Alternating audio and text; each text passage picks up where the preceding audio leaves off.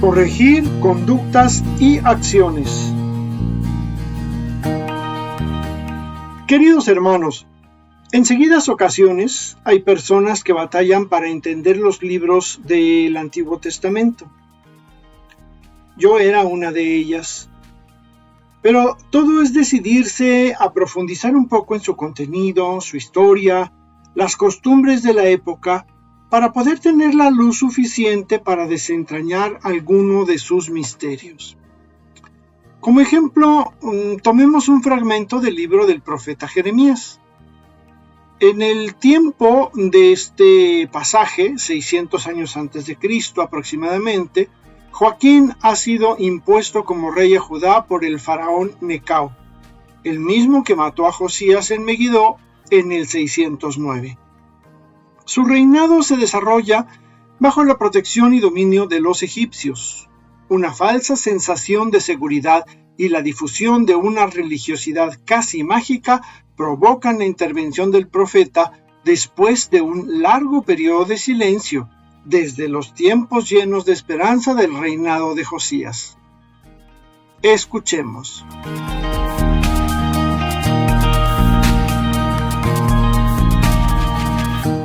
Así dice el Señor Todopoderoso, el Dios de Israel: corrijan su conducta y sus acciones para que yo habite con ustedes en este lugar. No confíen en las palabras engañosas que dicen: este es el templo del Señor, este es el templo del Señor, este es el templo del Señor. Solo si corrigen su conducta y sus acciones, si realmente hacen justicia unos a otros, si no oprimen al extranjero, al huérfano y a la viuda, ni derraman sangre inocente en este lugar, ni siguen otros dioses para su propia desgracia, yo habitaré con ustedes en este lugar, en el país que yo di a sus antepasados desde siempre y para siempre. Pero ustedes se fían de palabras engañosas que no sirven para nada y se dedican a robar, matar, cometer adulterio, jurar en vano, ofrecer incienso a Baal y seguir a otros dioses que no conocían. Después vienen a presentarse ante mí en este templo, sobre el que se pronuncia mi nombre, diciendo: estamos a salvo, para seguir haciendo todas esas cosas abominables. ¿Creen ustedes que este templo sobre el que se invoca mi nombre es una cueva de ladrones?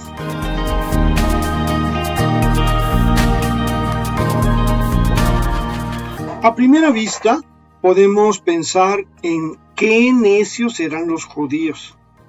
El profeta fue enviado para conminarlos a cambiar sus acciones y actitudes, y sin embargo, el mismo profeta tuvo que sufrir el destierro junto con ellos por tercos y no querer hacer caso.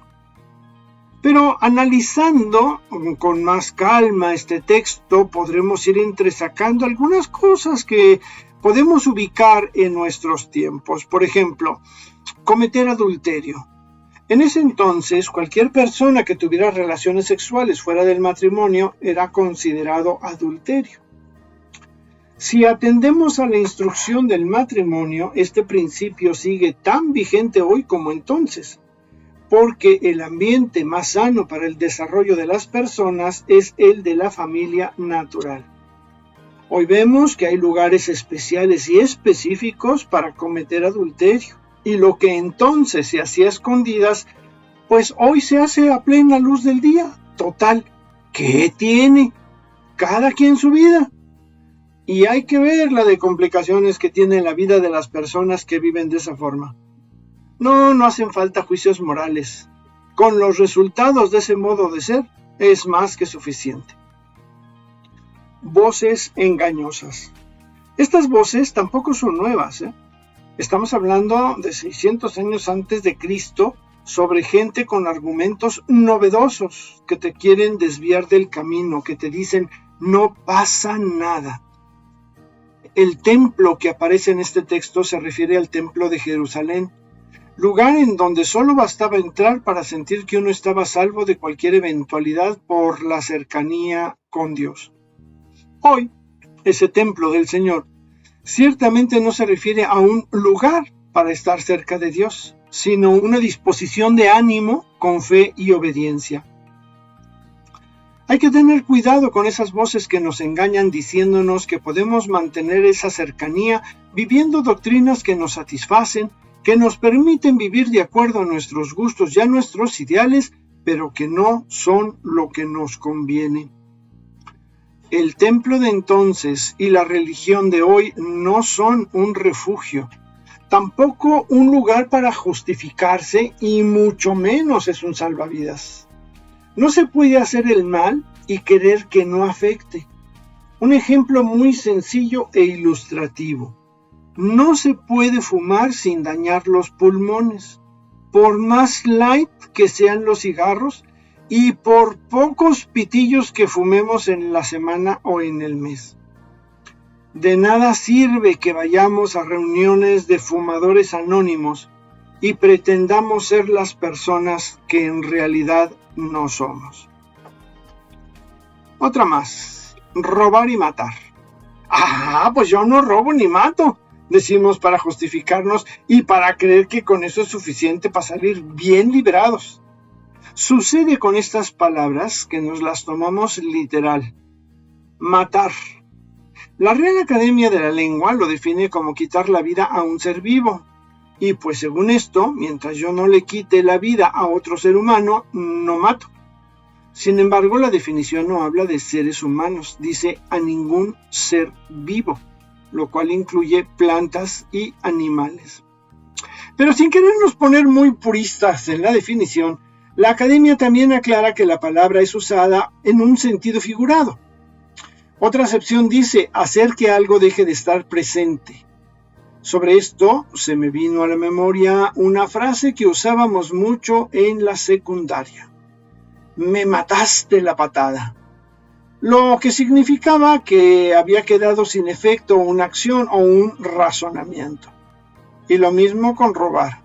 Y esto pues ahí se los dejo para una reflexión particular. Uno más. Seguir a otros dioses. Nosotros reconocemos a un solo Dios. Sin embargo, desde los albores de nuestros tiempos como raza humana, los dioses se han multiplicado en forma impresionante.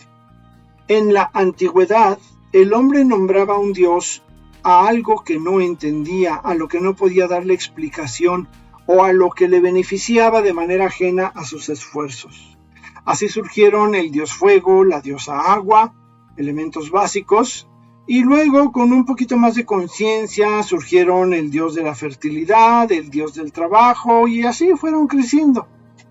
Una de las mitologías más atrayentes por su extensión y complejidad es la griega, pero aún los griegos partieron de un dios creador que dio origen a los demás dioses. Muchas otras mitologías comparten esta idea, todo parte de un dios único, original y creador.